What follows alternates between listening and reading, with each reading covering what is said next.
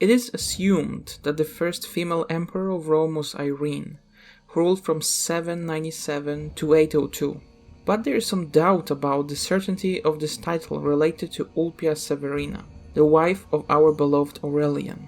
We have no certainty about this, but perhaps Severina was endowed with the power of the emperor for the interregnum period after the tragic death of her husband in 275. We do not know when or where Severina was born. Her name Ulpia suggests Dacia or the Balkans, the regions from which Aurelian himself came. He married before Aurelian ascended the throne, possibly around 258. Historical tradition says that her father was certain Ulpius Crinitus, Aurelian's adopted father. The connection seems clear and straightforward, but not supported by anything. Severina was well respected and held an important behind-the-scenes function in her husband's system of government. An inscription found in Spain calls Severina the mother of the camps, the Senate, and the country. The title Augusta was given to her in 274. Severina appeared on coins together with her husband and by herself alone. It is this solitude on the coins that suggests she was an important person on an imperial scale. Some of these coins are dated as early as after Aurelian's death. They must have been minted during this period of 5 to 11 weeks of interregnum, even before Tacitus was declared the next princeps.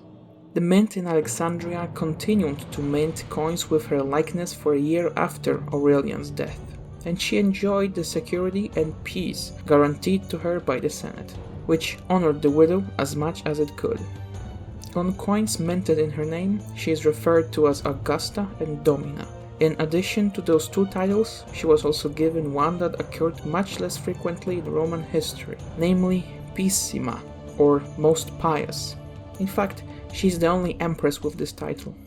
Historian Eric Varner argues that coins minted after Aurelian's death depict Severina in a defeminized, more masculine version than female portraits of her time. Add to this the continued depiction of the coins of the figure of Sol and the show of support for the legions Concordia Militum. It seems then that these coins were intended to provide stability in an already united, though still fragile state, and to show the ruling power which, despite the assassination of the beloved emperor, did not descend into chaos. Nevertheless, what is the truth? It is not known. The lack of surviving written sources about Severina and the universal silence about her possible rule in surviving sources make a clear answer impossible. Maybe someday, if we're lucky, we'll discover a random coin or a plaque that clearly and explicitly states that Severina held executive power in the empire during the interregnum. I would like to see this happen.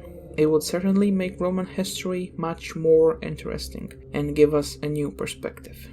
But for now, we must be stuck in this limbo of uncertainty.